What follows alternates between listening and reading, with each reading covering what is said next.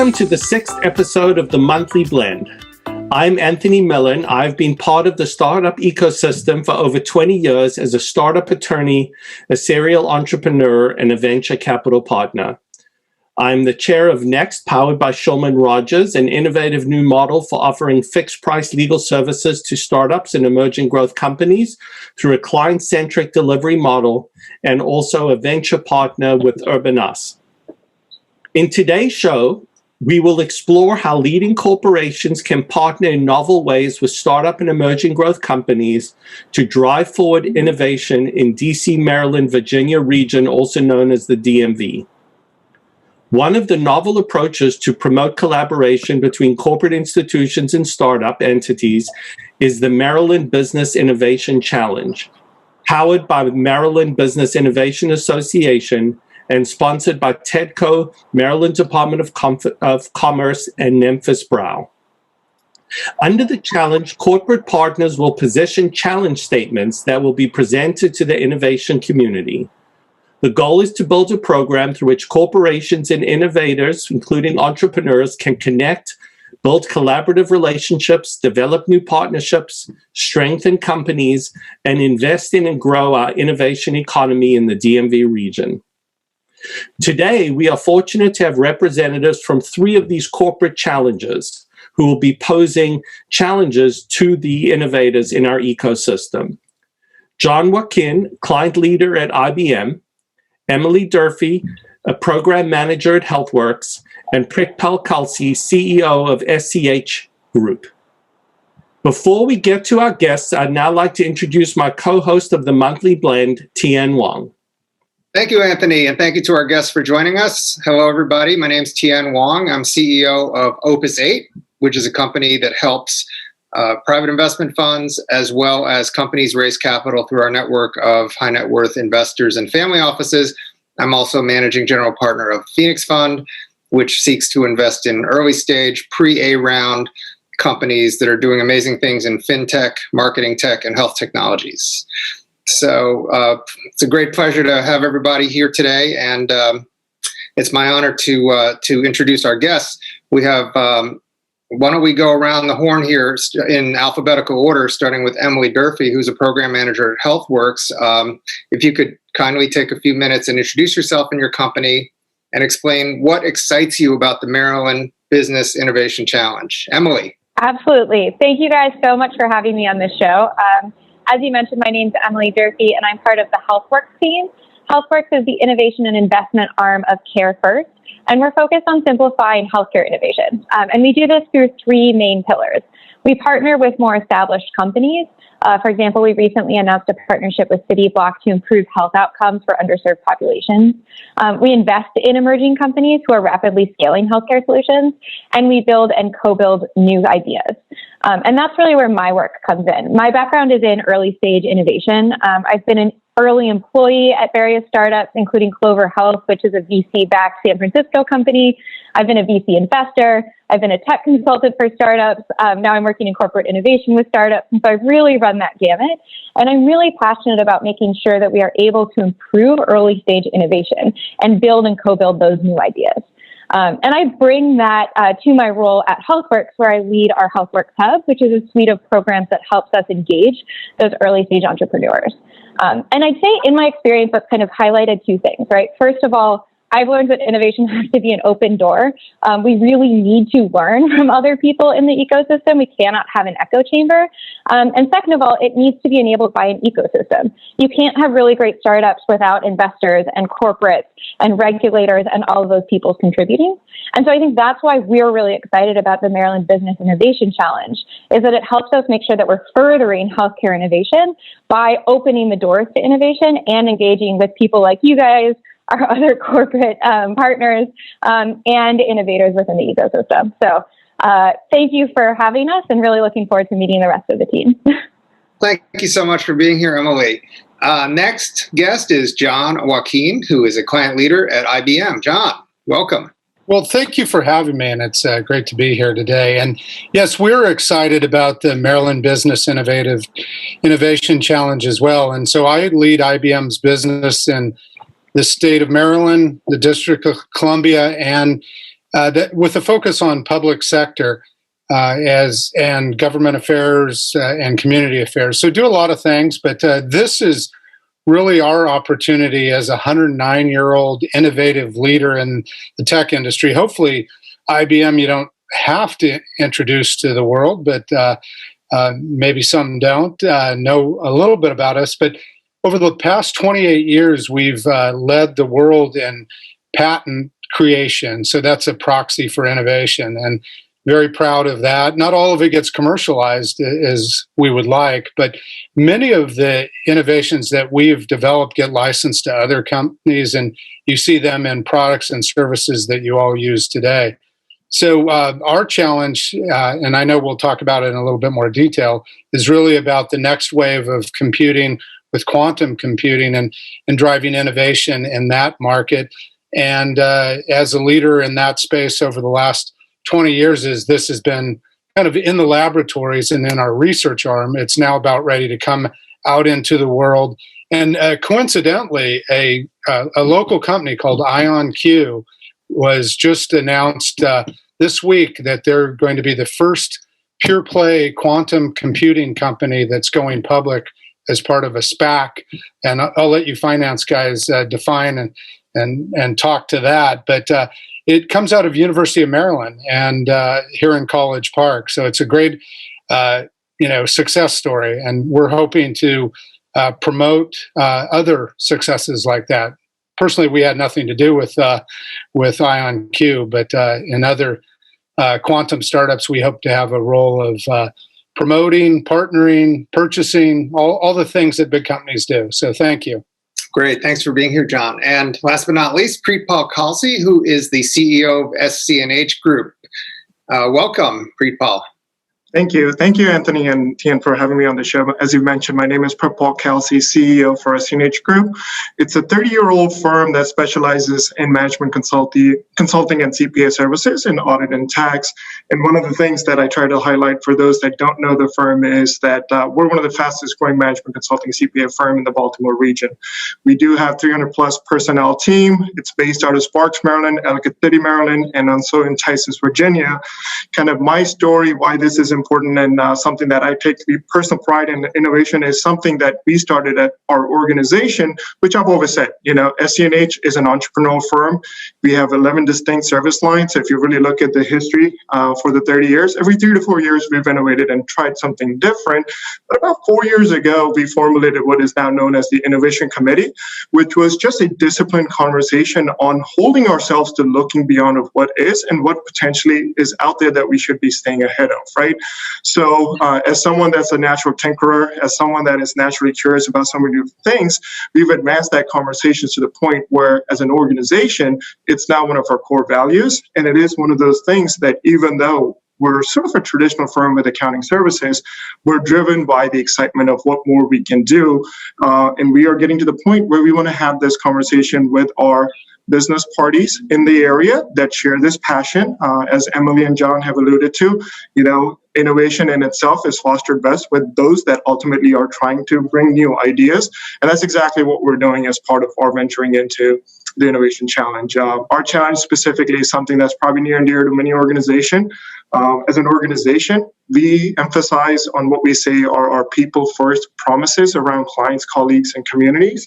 With that emphasis, we have been able to nurture quite a bit of that in a traditional office environment, recognizing the new norm. We're looking to just reimagine the going forward workforce and how do you continue to serve on that people-first promise, recognizing that as an organization, we feel the need to be more hybrid and more flexible in terms of where our teams and our clients and our communities that we're going to impact will be served from. So excited to be part of this conversation. Well, thank you so much for being here, and thank you for all you're doing to promote innovation in our region. I would like to start with John. So John, IBM's challenge goal is to build a market-leading quantum computing industry in the state of Maryland, which is hugely ambitious, obviously. So two-part question. A, what is quantum for our viewers, and where is quantum now in its development? And D, why is IBM focusing on Maryland and our region here to build out quantum, and what is IBM looking for from our region from this challenge? Well, that's a lot of questions there, but thank you. And I'll try and do my best to make this simple because quantum computing is not an easy thing. It's the domain of quantum physics and quantum mechanics. And, that goes back to Albert Einstein and mathematicians. And it's really based in the way down at the subatomic particle way that the world works, so nature works. And I'd say it's a radically different way of computing. Instead of zeros and ones, it's qubits, it's entanglement, superpositioning. I would refer people to Google that if you want to learn more. But here's the important thing about quantum computing is, and I give a couple examples. In 2018, Google, who has developed a quantum computer, as IBM has, ran a test on an equation that the smart people in society, mathematicians, believe would take 10,000 years to calculate. 10,000 years to calculate. I don't know how they come up with that and who would be around to see that it actually got done. But this 53 qubit computer took 200 seconds to do that. 200 seconds. So that's a 1.5 trillion times faster processing of that calculation than the most powerful supercomputers, which happen to be 2 IBM supercomputers at Department of Energy labs, could do on that equation. That's a 53 qubit computer. A Chinese physicist and engineering team did a similar calculation, and they did it 200 trillion times faster. Again, how you know about that, I don't know. I'll leave that to the real smart people out there. But so what is imaginable with processing speed of this capability? I'll give you a couple examples that I often talk to. One is in healthcare and life sciences, which is such a big industry in Maryland with the anchor federal labs and federal agencies in the space, and such a great biopharma community and ecosystem. But imagine in COVID times, if you could have a digital twin of your body in a computer, and you could model complex compounds, vaccines, the pathogen of COVID itself, and you could do all of this in a computing space in split-second time. You could really rapidly expand or shrink, the time it takes to develop treatments, and maybe our society wouldn't have went through what it's going through right now. The other thing is precision medicine. If I can have a model of me, I can know how drugs react. So there's a lot of opportunity there. One other I'd give is around transportation. We always talk about autonomous vehicles in this kind of George Jetson world where things just happen. We sit in a car, read our paper or our device, and we travel around, and it's safer. You really need processing speed of this type to make that a reality.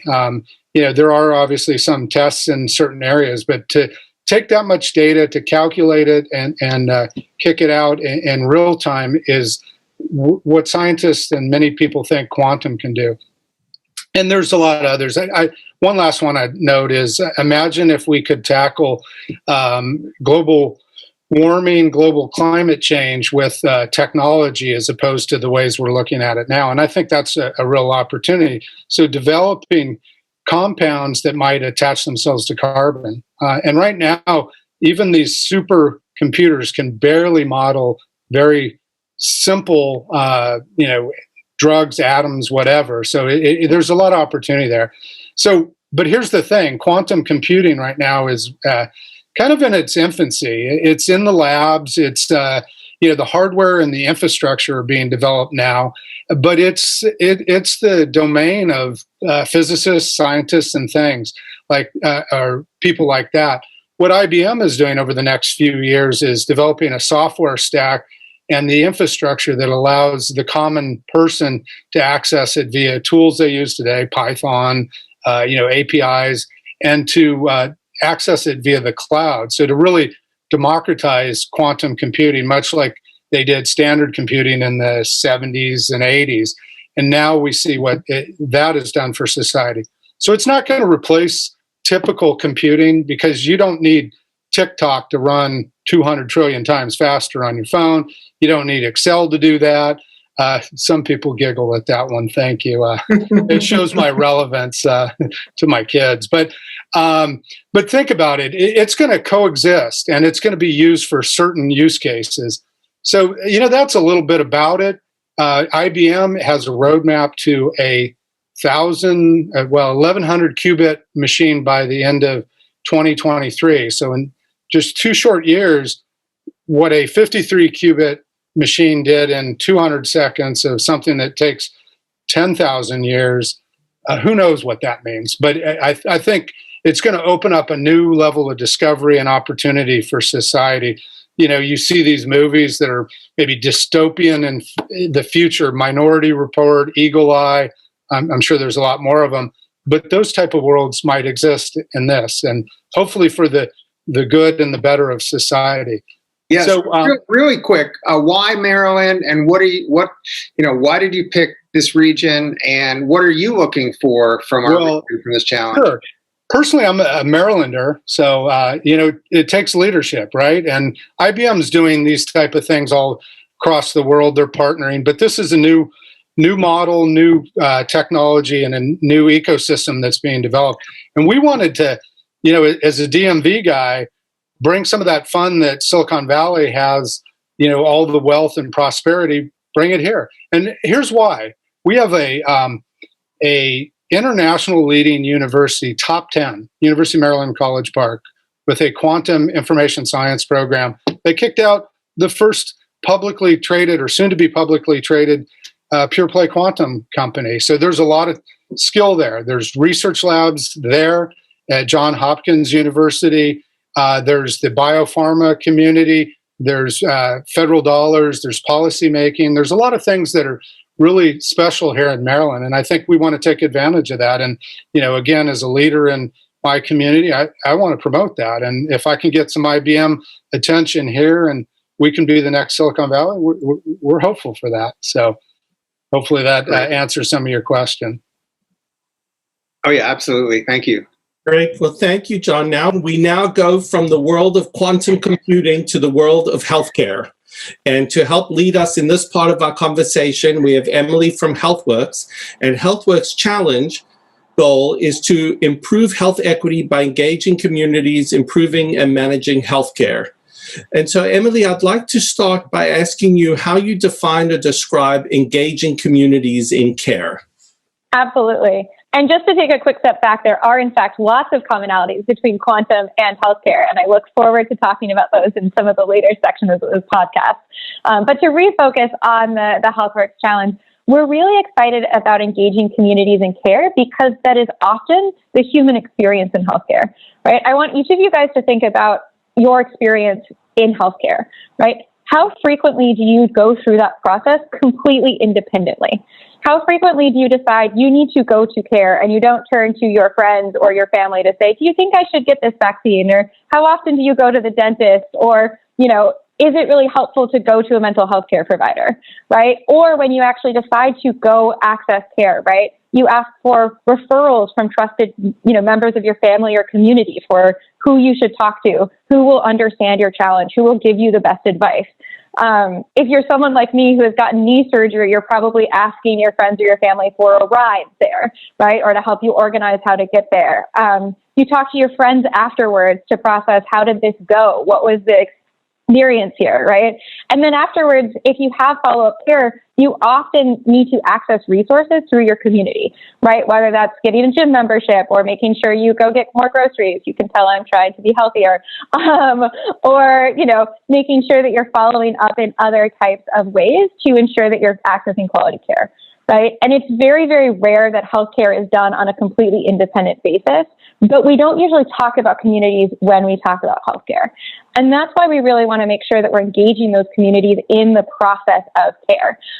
They are the things that help us connect ourselves to the healthcare system and drives engagement around things that are often scary, uncomfortable, complicated, right? How do I pay for this? How do I access it? What do I need?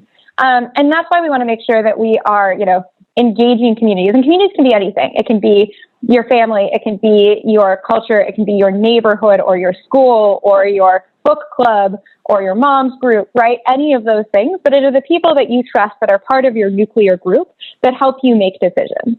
And we want to engage those groups in what we think of as 3 different ways.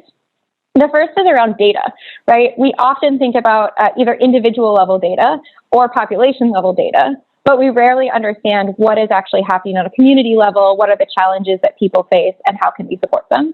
The second area is around the care journey, right? Depending on where you live, what insurance you have, what you have access to, your journey to accessing care could look a lot different, right? It could be right down the street. It could be 50 miles away. It could be unaffordable, right? And so how do we make sure that we're actually bringing care into the ways that people are living their daily lives so that it is affordable, accessible, and you're still getting high quality care? And then finally, incentives, right? If I am cooking food for my family every day, they have to eat what I cook, right? I don't give them a choice. And so the question is, how do we make sure that, if they have specific health issues, that I know about that? And then I'm also incentivized to change my behaviors to support them, right? And how do we make sure that we are creating the right nudges, incentives, and structures to enable people to be able to engage in the care that they need? And that's what we mean by engaging with communities and the different ways that we see that engagement potentially happening right now. And, it's very powerful because in so many different areas, as you talk about it, and you talk about the community side, you can see when you bring communities into the solution and into ways to address problems, you're seeing it in many other areas. So it's very exciting to hear you driving this forward on a community basis in healthcare. Have you seen other models around this type of community-driven healthcare that just in other parts of the country? Yeah, there are great models across the country. I'm going to pull out one that actually exists here in Maryland because this whole challenge is about, encouraging the Maryland innovation ecosystem. There's a company called LiveChair that does PCP connections and preventative screenings in barbershops. And that, I think, goes to the care journey question, right? Of what do people do on a regular basis and how can we bring healthcare to them? And I think they have some great founders who are really thinking about how do we make sure that we serve often underserved populations through that type of process and startup.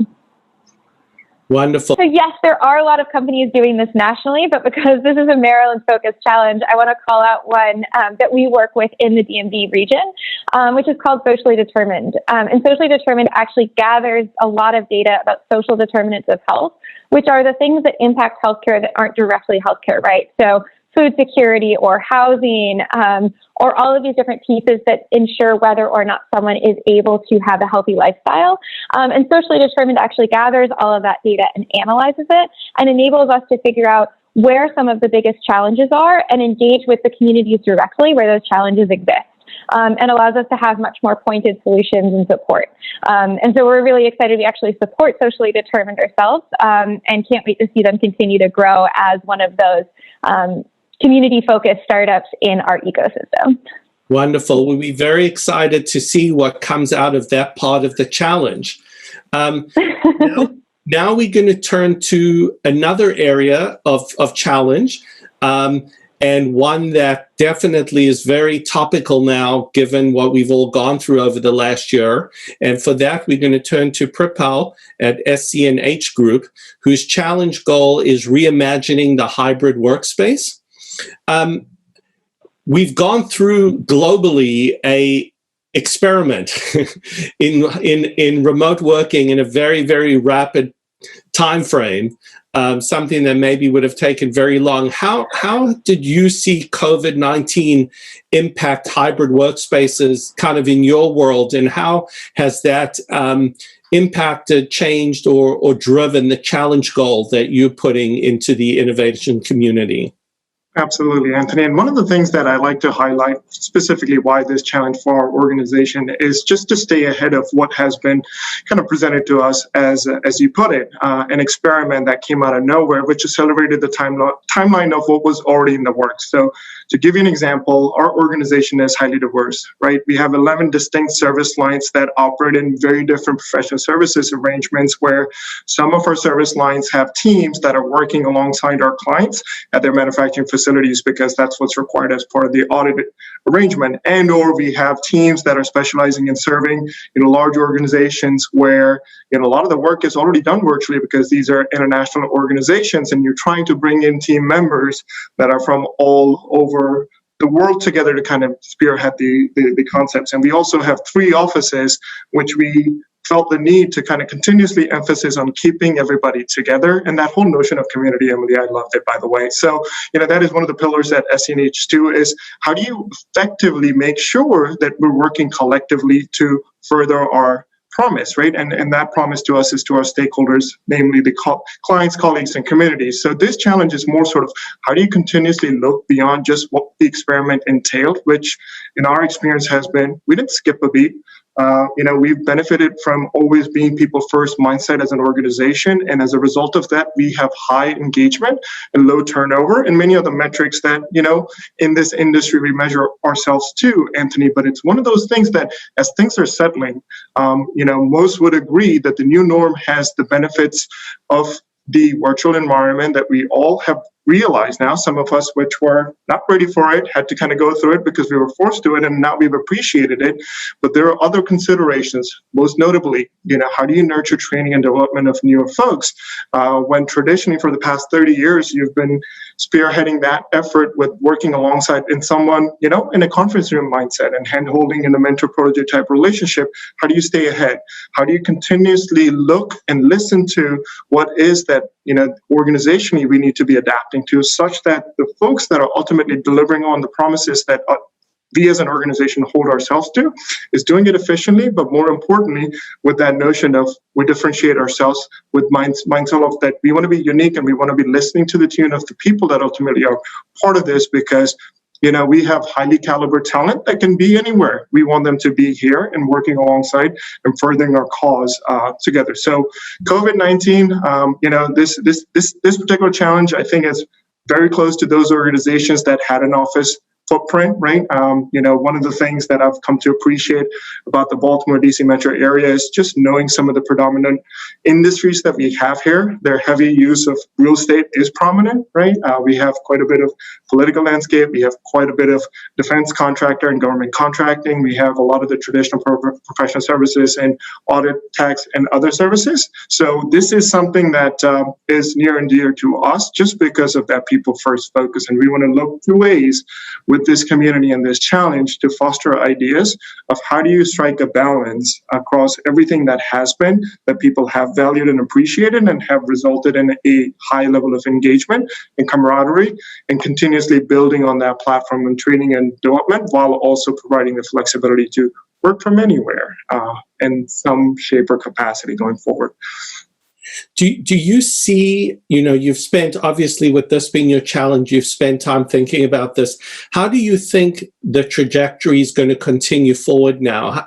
How do you feel the workspaces will evolve over the next few years? Yeah, I think this once again, the timeline for what needed to be is going to get accelerated, because I do believe, if you really look at global trends and being in the innovation community, one of the things that we do at SCNH is look at the global trends, and the interconnectivity and just like Internet of Things was already giving everybody greater flexibility to do a lot of what we did traditionally in an office environment from anywhere, right? So this is, to me, nothing more than a continuum of what was already inevitable and happening. However, the timeline of what we are looking at has definitely changed, Anthony. So to me, this is simply, recognizing that ultimately we as an organization, and based on really my pulse and my understanding, is that people like to be in a social environment. There are some elements to being able to kind of work in a camaraderie setting, but that doesn't necessarily have to be alongside each other in an office environment. But to the extent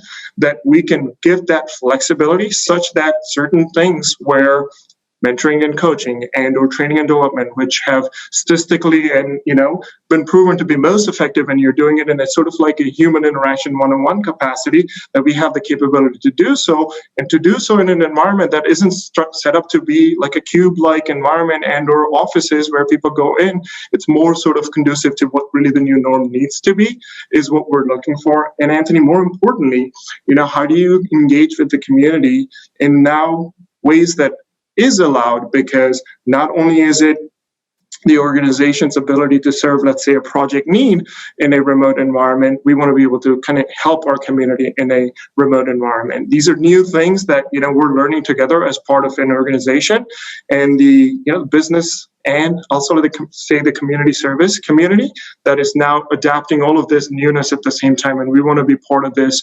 information gathering initiative such that we can hear and consolidate all the great ideas, implement and learn from as many of those as we can, and share that with the community as we go through it along the way. Great. Thank you so much for those introductions to everybody's challenges. Absolutely. Yeah, I want to applaud all of you for your ambition. And I think these are going to be extremely significant and impactful to our region, and potentially nationally as well, and internationally, obviously. The Maryland Business Innovation Challenge is a tremendous initiative. I think it's bringing together all different types of stakeholders, right? You have government, you have obviously the innovation community members, such as the startups and the entrepreneurs and the accelerators and the service provider community, and then obviously the corporate challengers, such as yourselves. The regional ecosystem, no doubt, benefits. There's no doubt about it. Part of what Anthony and I wanted to do with the monthly blend is to create a forum where we can talk about building bridges among the district, Maryland and Virginia, and tearing down silos so we can all communicate together, collaborate together, and kind of take a bigger picture of solving problems. And I think all three of you, we're blessed to talk to you guys, because you guys are all operating in the region, not just in a particular locale. Question for each of you, and I can start with Emily, but what strengths do you see in this region, the DMV region, in our innovation ecosystem, and what challenges do you see generally as well as specific to the Maryland Business Innovation Challenge? Absolutely. And I have a very healthcare specific lens on this, so I'll give you that answer, and would love for my colleagues to fill in other gaps. I think specifically when it comes to healthcare, right, we have all of the necessary ingredients to be a powerhouse in innovation here, right? We have research institutions who are churning out amazing new research on everything, including healthcare, right? We have a lot of the healthcare regulators within our region, which is really critical in making sure that we're actually able to keep up with the pace of innovation, but also ensure that that innovation is maintaining the safety and the health of the people that we serve. We have a lot of really amazing incubators and accelerators in this space. We have a growing realm of VC investors. I think we have fewer Series A and Series B investors in the space, but hopefully as we continue to see success in the earlier stages, we'll see more in the later stages as well. And so I think we have almost all of the right ingredients. The next step is to say, how do we connect all of them, right? And that's why we're so excited about what you guys are doing and about the Maryland Innovation Challenge, right? Which is to say, these groups aren't talking to each other, right? We, for example, have a lot of detailed information about how to design not only for the healthcare user or consumer, but also the healthcare system, which is frankly this massively complex space that is very difficult to understand. And so how do we bring that expertise to the rest of this ecosystem and engage in it with other accelerators, with entrepreneurs, et cetera, to make sure that people learn about that early and are able to build and scale innovation that can change healthcare.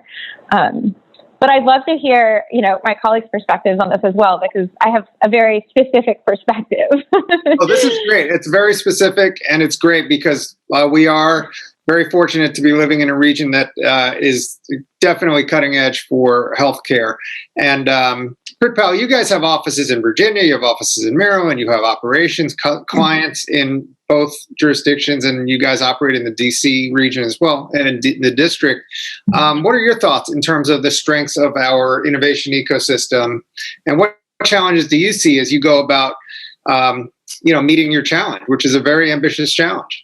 Absolutely. And I think, I'm going to highlight on a few things. This is my perspective on things with my exposure on the business in this community. I think, having had the benefit of the resources that have been in this geographic region for so long allows us to pull from those resources. So once again, kind of highlighting the fact that we have the political landscape based out of DC, the fact that we have heavy emphasis of organizations that support so many different industries, everything ranging from healthcare, manufacturing, defense contracting.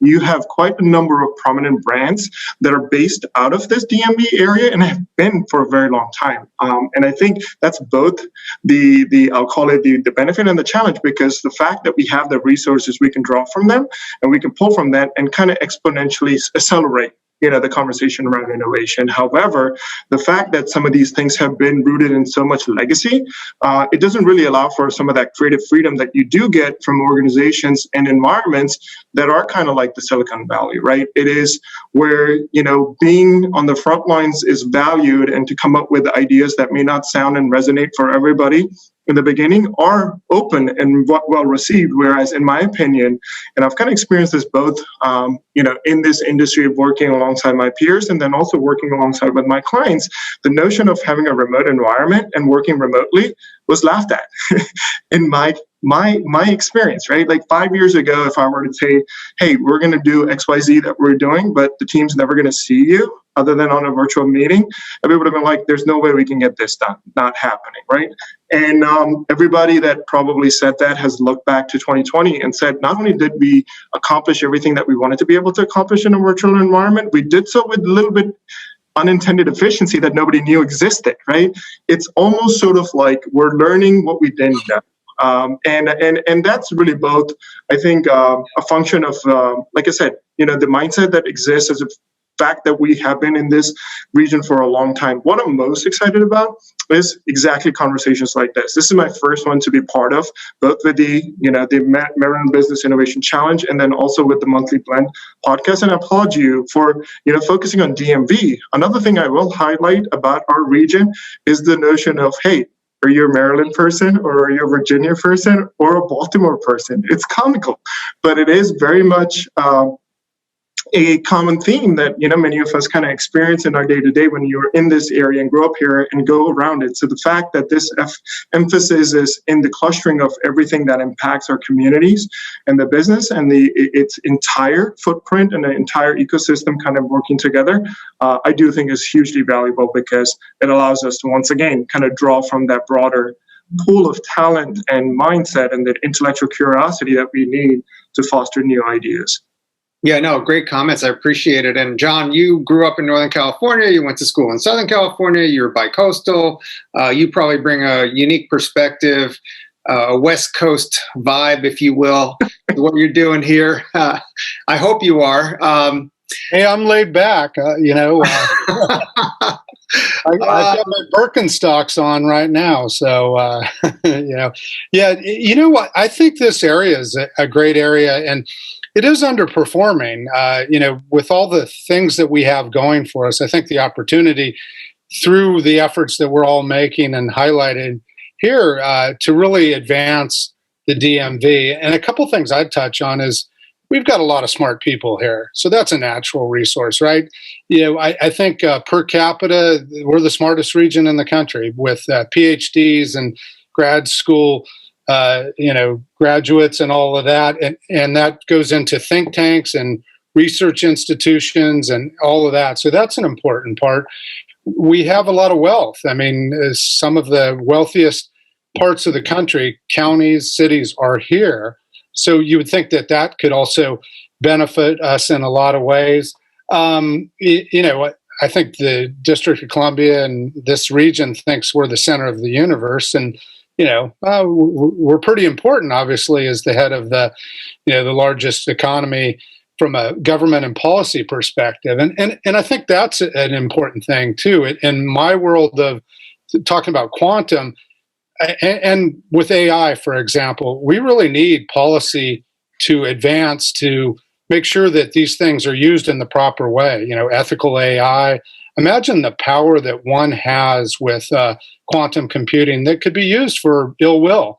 And there is an international race on, and our country is starting to look at that.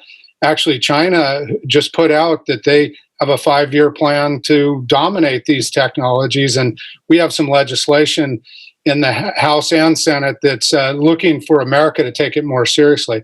I will note in 2018, they passed the National Quantum Initiative, which is really starting to formulate an industrial policy for the U.S. to promote this type of technology, to build infrastructure, and to build workforce development capabilities, because you can't really have great technology if nobody knows how to use it and take advantage of it. So I want to give a few shout outs to the leadership in this region, because as noted, we are different areas. We're DC, we're Virginia, we're Maryland, but there's an organization called Connected DMV that brings together the business, academia, and government communities through some trade associations and organizations, and they're really looking for better regional cooperation.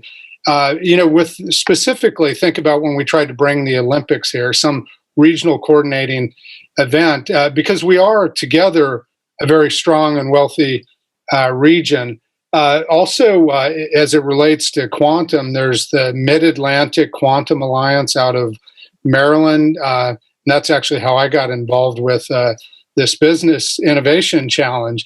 And they were originally the Maryland Quantum Alliance. And then lastly, the Potomac Quantum Innovation Center, which is a project out of Connected DMV that I've been kind of a leader and co-creator of. And that's really building an ecosystem. So all these organizations are really about ecosystem coordination, making sure that we work together, not at odds with each other, to make our region, as successful as it can be. One last thing you mentioned or asked about challenges. I think VC funding is a tough one.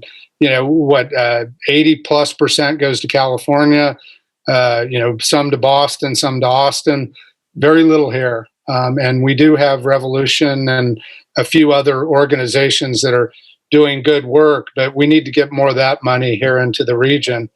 And I think that's one of the really the big challenges, and have the world see us as a place where technology can happen. We're not just a government town. And I think quantum is a new and evolving and exploding market, and an opportunity because of, the things I've already shared, to really bring that here in a meaningful way. And a lot of people are working towards that. So. Yeah, no, I think that you brought up, the magic wand answer to the question, if you had a magic wand, what would you do? I think your answer would be more VC money, which would hopefully get us to be less, quote, underperforming, to use your words. But along those lines, I'd like to ask Emily and Pritpal, if you guys had a magic wand and you could do one thing to change the way our ecosystem works and improve, people working together to achieve big ideas, what would that be? I think from my perspective, Ian, just to be able to kind of keep up with the pace of ideas and be able to be comfortable to, move without always, I'll rephrase it. One of the things that I would say we could really benefit from is not being sticky, meaning at times we catch ourselves asking ourselves all the questions why something may or may not work. They in business terminology can be in the form of what's the return on investment. I do think some of that kind of gets in the way of innovating and being naturally curious about moving and learning from the experience of it. To the extent you culture in a community where everybody comes together and you emphasize the value of being able to try new things and learn along the way and adopt what works and don't do anything that's stupid and doesn't work and leave that behind, I believe that could be hugely valuable in this area for us to be able to kind of move through what we are already inevitably doing, but to do it a little bit faster pace and hopefully more efficiency and more fun along the way. Great. No, that's a great answer. I think the pace of communication and ideas is just lightning, more intense than ever before in humankind. Emily, if you had a magic wand, what would you do? I feel like I'm about to repeat what everyone else has said, but I think it's important, right? I mean, so VC money is always a given, right? It's always really helpful. Yeah. I think one of the things that you see that's powerful in a place like San Francisco and growing in Denver and in Austin, right, is this concentration of startups, right? So there are a lot of startups and therefore there are lots of VCs, which then brings in a lot of accelerators, right? There's just like this network effect that happens. And a lot of that comes from the curiosity that Pritpal mentioned, right? Which is really critical. I would say though that especially in healthcare, after investing in healthcare companies and being part of healthcare companies, what I've realized is like that move fast and break things mentality that you see in a place like San Francisco is really important, but it doesn't always work in healthcare because there are so many established systems and regulations and complexity within that space. And so at risk of sounding cliche, I would also say this is kind of that magic wand that I would wave, right? Which is to say like, we need corporations giving feedback to early stage startups, not to limit their curiosity or their adventureness or their, creativity, but to help direct that into an area where it can be sustainable and scalable and kind of integrated or parallel to what already exists, just to make sure that you don't get, 2 years in, have this really amazing product, and then you can't do anything with it because it doesn't work within some of the other systems that happen. And so I do think that this is a really powerful way of bringing those things together. Sorry for being cliche. No, that's a very good point. No, excellent. Thank you so much. Can I give one more shout out? Because there's a guy on this podcast, video cast, that's really doing the things that we're talking about. That's you, Tian, with CONNECTpreneur. So that's bringing the fun, yes, the ecosystem, the people together. And standing on the shoulders of a gentleman that you may or may not know, Mario Marino.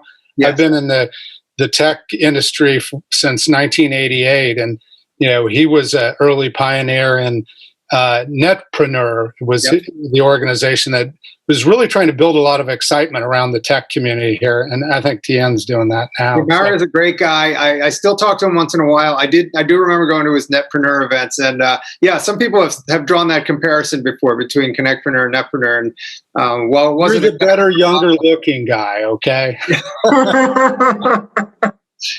Well. Okay, you're too. You don't know what to do with that, huh?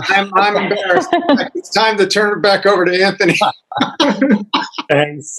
Emily, in terms of what you just said, which I think is really important, this challenge was one great example of established leading companies working with startup companies in the earliest stage of the market, and you just highlighted the fact of being able to make sure those companies find product market fit sooner by making sure it's not just the focus on the technology, but understanding how it's going to work. The monthly blend has spent a lot of time not just looking at collaboration within geography within the DMV, but looking at how different groups, different segments of the ecosystem can work and interact together in better ways with the challenge that you just talked about. I'd love to hear from everybody any other thoughts you have sitting on the kind of established leading corporate side, although you've mentioned in different parts of your experiences, you've also been on the earlier stage startup. Other ways you see that relationship between the more established companies and the earlier part of the ecosystem working and collaborating together for the benefit of both. And I'd just love to hear from all of you just any other thoughts you may have on that concept. And maybe we'll start Pritpal with you, and then kind of go to John, and then back to Emily. Sure. And I think, I believe in just having a disciplined approach to what you're trying to do, even if it is just being curious and holding yourself to better yourself and where you are, right? So innovation, a couple of different things I want to highlight. It's not just technology. It's the mindset of being able to do something that you know better, right? So I would challenge, those that are listening to this podcast, those that have been part of the journey, looking at what can be, to hold each and every one to a discipline. For me, it's very simple. It's sort of, at least pausing every now and then, reflecting on what has been, what's working, and learn from that. But then asking myself simple questions of, does that make sense? Does it still make sense tomorrow? Does it make sense 5 days from now? Does it make sense 5 years from now, right? If not, what are some of the things that you've got to be able to put in motion today, such that when you get to that, you've been able to realize much of the imagination that you've been able to hold yourself today. To be able to do that curiosity questionnaire among a community, and I think this is very important for the business community and large organizations together, is to be able to kind of foster that, I'll call it, idea-based conversations is important. So my hope is, through platforms just like this, we're going to have more co-mingling and cross-mingling of people that represent different points of view, different expertise, sharing ideas of how we answer these simple questions, and then to be able to lean on the larger organizations with resources and connections to be able to put those ideas where merit is warranted in motion, to be able to kind of see the fruits of some of those. So I think that's key, Anthony, and I'm hopeful just that, we just have more and more of these opportunities in this area, in all areas, but in the business community, having those simple conversations of always looking ahead with the notion of just making sure that, to the extent we can come up with ideas that simply get us there, there's no reason why we can't. So. Great. No, those are very important. And that kind of experience and guidance, I think, will be very helpful for startup and emerging companies listening today. John?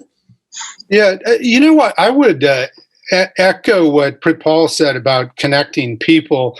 And, it's the ideas that come from the interaction and, the networking events, the organizations that we might belong to. I'll go back to, I've been around a while. There's, the business groups, there's the education groups, and government groups. If you can bring them together, which I think Connected DMV is making a strong effort at, and that is the Board of Trade, which is the business organization representing mostly the region, the Consortium of Universities, and the Metropolitan Council of Government. So bringing a lot of people together, big and small organizations, a lot of opportunity for people to get involved in working groups, kind of as volunteers, expand their network, and creative ideas have come out of that. Obviously big companies have investment arms and organizations within them that look at opportunities in the market. Google Ventures, IBM does this. We acquire technology and companies all the time. We're probably a little bit more bureaucratic and harder to navigate, but we do that. And I think it really comes down to the people and leaders that are out there in the community seeing good things and thinking it's a great idea and really pushing that forward. And that's kind of my role. I'm a big booster of this area. Lived my adult life here, and want to see our state, our region win. And I think we do that by connecting with people and promoting good ideas. So, Emily, we're coming to the end of the show. I'm going to turn to you for we started the show talking about the value of this challenge and connecting corporations and leaders in their fields with emerging companies. Do you have any last thoughts you want to share with us on that? Absolutely. I'm going to get slightly more tactical, and then we'll hopefully zoom it out to the theoretical piece as well, right? Which is, my team, HealthWorks, is focused on connecting startups and early stage innovation into CareFirst as the larger company, right? And so we do that on multiple different levels, right? We make the investments, we build the partnerships and the pilots. And we recently launched another program called Casino and Health, which is an incubator for early stage startups. So I think that there are lots of really tactical ways that we are trying to solve this problem right now. That said, building on the other pieces that I've heard with my colleagues, right? I think I love that Pritpal keeps talking about imagination and curiosity, right? And connecting people, and John echoing that, right? Those are the types of things that are really important. And I think at HealthWorks right now, we both know some of the things that work, and we are doing those, right? We are acting on those.